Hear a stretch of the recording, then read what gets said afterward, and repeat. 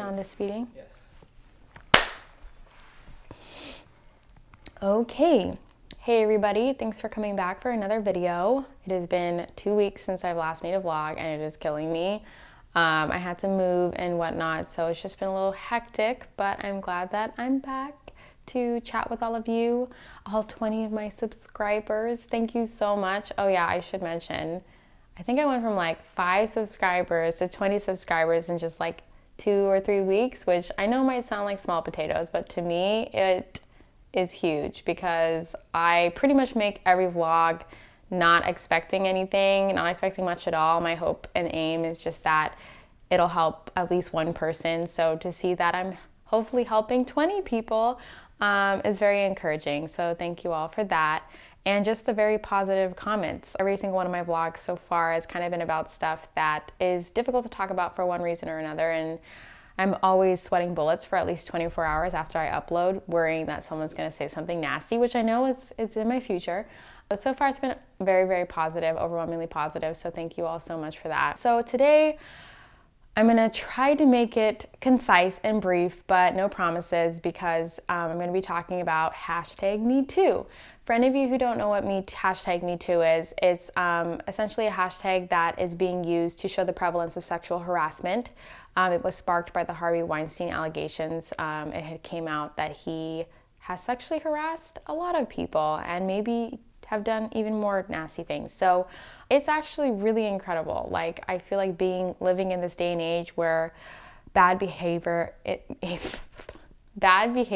is being called out on such a large level. Like, I struggle with social media. I get frustrated. I feel like I spend too much time on it, but at the same time, it is such a valuable tool. It is incredible. I feel like it does change the way that we talk about things. It does enable people to talk about things that they wouldn't otherwise want to talk about in person. So anyway, let's jump right in, I guess. First, in terms of #MeToo, there have been so many women who I thought I knew pretty well, and they shared these stories of the most horrific things that have happened to them. And it just goes to show that you think you might know somebody, but you really don't. And that hashtag, freaking a hashtag, has really, it's done something so great. Like, it has encouraged people. It's shown so much solidarity. It's brought awareness. I really do think it's brought awareness to the prevalence of sexual harassment, and it has empowered people to open up about these horrible things that have happened to them. So if you have opened up about something sexual harassment related, I'm so proud of you. Thank you for doing it. Thank you for helping to change the perspective of a lot of people, including me, helping us all realize how prevalent it is. Not just that it's happening, but that we don't talk about it.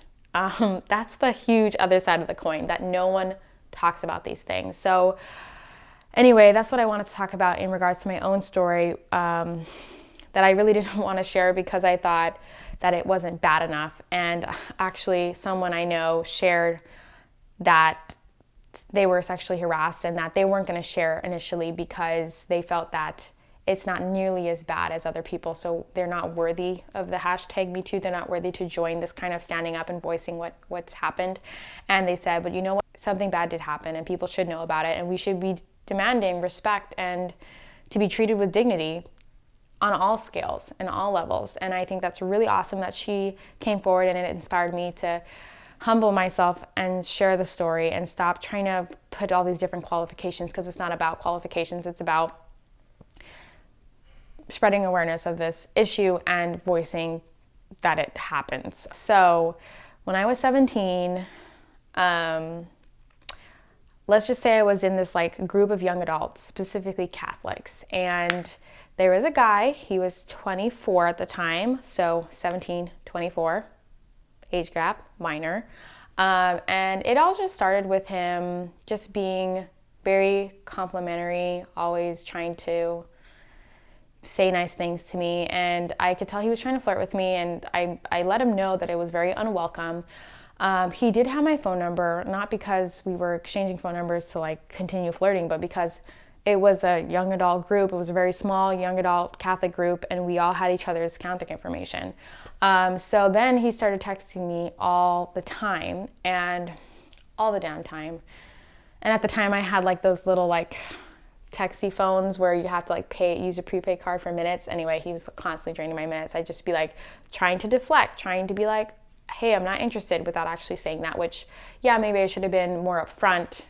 However, we were all in this small, intimate Catholic young adults group, and I didn't want to make things awkward. So anyway, it escalated to like asking me out on dates, and then when I would say no, like pretty much pressuring me to be out on dates. And whenever we would hang out together as a group, he would always sit next to me, even though he knew I didn't want him to. And I just was getting so uncomfortable. I was so overwhelmed. I had never had a boyfriend at this point either. So it was just like all this male attention and unwanted male attention by a 24-year-old man was making me so creeped out. And I felt like I couldn't open up about it. I couldn't tell anyone because I was worried that people were going to say that it was my fault, that I was leading him on, or that I was making a big deal out of nothing, that I was. That's another bullshit thing, sorry for my French, that a lot of women do, is we want to not assume that someone is harassing us or stalking us because we want to think that, oh, he can't like me, like I'm not pretty, I'm not smart, I'm not anything worth pursuing. And I actually think that it's by believing that I'm worth pursuing that sorry, there's someone outside laughing like a hyena.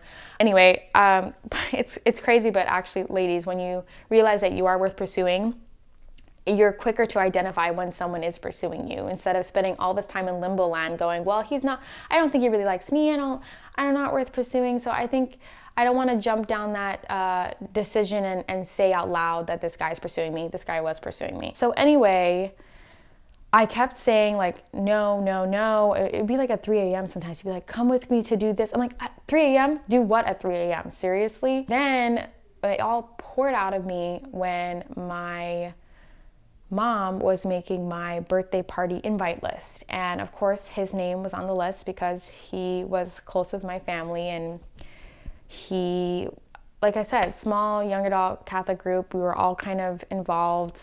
And he went to a lot of my family's parties and definitely took advantage of those parties as opportunities to be way too close to me. And when I saw his name on the list, I literally freaked out, like had a panic attack in front of my mom, started crying. She was like, what the heck is going on? What's wrong? And I explained to her what was going on. And my mom, thank God, was like, oh my gosh, that's terrible. I can't believe this guy is doing this to you. We need to confront him. We need to do something about this. And this is where it gets tough because I don't want to I'm not going to say any names, of course, or anything, but let's just say that at the end of it, I wasn't stood up for. And someone who I really hoped would stand up for me didn't. And when I went to this person and I told this person what happened, the first thing this person said was, well, what did you do? And that's exactly what I was hoping I would never have to hear. I mean, you just open up in a panic attack that this person has been stalking you for weeks. It's making you uncomfortable, it's making you scared and you see them. I saw this stalker weekly because we were in the same young adult group, like I said. And I felt like because we were around all these people we knew, I wasn't able to just be like, get away from me, you know? And so this person who I'd hoped would stand up for me and confront this 24-year-old stalker told me that it was my fault, that I was leading him on, that because I had a cell phone, I made myself available.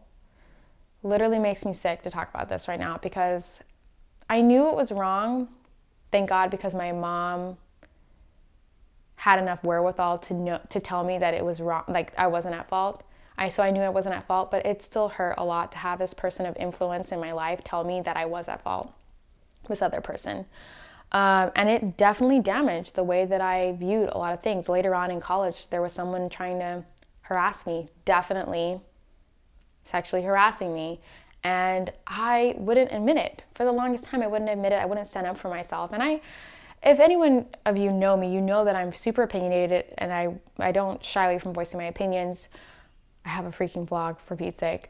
But when it comes to people sexually harassing me, I shrug it off. I did, now I don't. But it was when I was in class, in college, when I made the connection. We were talking about this documentary that was about how abortion is illegal in Ireland and how women who get accidentally pregnant or raped or pregnant through accident with a boyfriend or through rape or whatnot, and how they go to England in the middle of the night to get a botched abortion, and sometimes it results in them bleeding to death because they can't get an abortion in Ireland because they don't want to tell anybody in Ireland, because in that culture it's extremely shameful to be pregnant out of wedlock and whatnot. So anyway, talking about this whole abortion situation, we started talking about the greater topic of shame, especially sexual shame. And it's like, why do we inherently have so much shame? It's kind of like when someone's being abused and the victim usually feels ashamed. They don't want to tell people that they're being abused, and it's odd. And I know that shame can serve a good function. Like, if we're doing something wrong and we feel shame about it, that helps you not do it again. However, in our culture, and I find particularly in Christian culture, we've built up this shame. We've built up this brand. Like, if you get pregnant before you're married, if you have sex before you're married, it's just like you're a slut and you're a hoe and all these terrible things. And I shared in class without realizing really how deep it went. I almost cried without realizing how upset I was going to be. Oh, shame. That's interesting. I think that's what I felt. I felt all this shame when I was being stalked, when I was being harassed. So much misplaced shame. And then I was shamed as if it was my fault. And when I said out loud, the person I went to said, when I told them what was happening to me, they just said, oh, well, what did you do? As if it was my fault. And when I said that in class, everyone gasped at the same time. My professor's jaw dropped. It was like, oh, what? Someone said that to you? This person said that to you? And it was at that moment that I realized how wrong it was that person said it to me. Like, I had an inkling, but it was solidified in that moment. And so that's why I wanted to talk about not just what I went through, but the greater picture of shame and sexual shame. Because, those of you who know me know I'm very pro-life. Like, I do believe that abortion is killing a life, and I want to adopt all the freaking babies in the world. Like, I wish that I could just adopt all the babies, but I want to at least adopt one, because I do believe that sometimes people get pregnant out of really unfortunate circumstances. When I got pregnant at 22, I was married to a great guy. Like, I had everything set up. My career was about to launch, and it still rocked my world to the core. It shook me for months. Like, even after birth, it took me months to embrace that I was now a mother. So I can't imagine if you're 16, or if you're raped, or if it was through incest, or just accidentally with some asshole guy. There's going to be a lot of, excuse the French, in this video. Anyway, so I just feel that in this context of like shame, like if in Christian culture, people felt like it was okay to say, hey, I had sex with this guy and now I'm pregnant. The same way we're able to say, I was an ass to this person today, this cashier. That's a sin, being an ass to somebody. And having sex with somebody before you're married, yes, in the Catholic Church, we believe that's a sin. And I'm assuming also in Protestant churches, whatever. I wish we were able to share about that just as easily as we're able to share about other sins and other faults and failings. Obviously, I don't think we should post it on Facebook or whatever, but I wish people felt more able to go to their friends or their family members and be like, I'm so scared, I'm pregnant, I made this mistake. And to know that they're going to receive empathy, and that they're going to receive compassion, and that they're not going to be judged so much for making a mistake. That I swear to you, I'm learning a lot of adults that I thought were perfect have made a lot of mistakes. And I'm like, how dare they, when I was a kid, treat me like I am just this horrible being when I made one mistake. And I'm finding that they made that mistake too when they were my age. And yeah, there's that whole BS about, well, I want better for you. Well, then be kinder. Maybe when you put yourself in my shoes when you were my age, how did you want someone to respond? And so I feel like I'm derailing because this is just so upsetting, but I just can't help but think that so many babies and mothers could be saved and not be hiding away, going to England, getting some random botched up abortion. And also apply that same scenario here, people who don't want their families to know that they're pregnant. you know, there's an opportunity there. There's an opportunity there for someone to go, it's going to be okay. I'm so sorry this happened. You don't have to do it alone. Do you want to give up the baby for adoption? Do you want to keep the baby? Can I find someone in the family to keep the baby?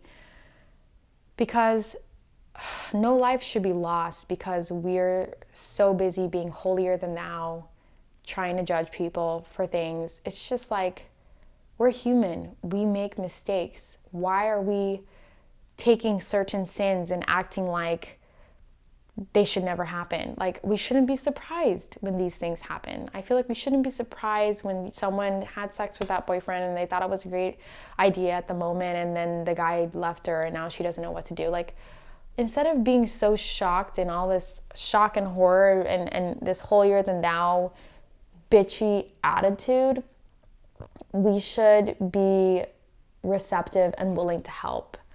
And I feel like maybe we don't want to be, because taking care of another human being is a lot of work. But at the core of goodness, I'm learning, the core of being good for someone else, to someone else, it's at the core of that is inconvenience and even some suffering.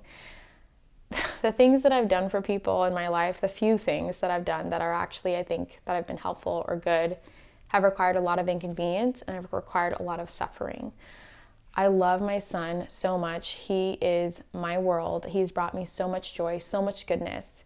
But pregnancy, suffering, inconvenience. Birth, suffering, inconvenience.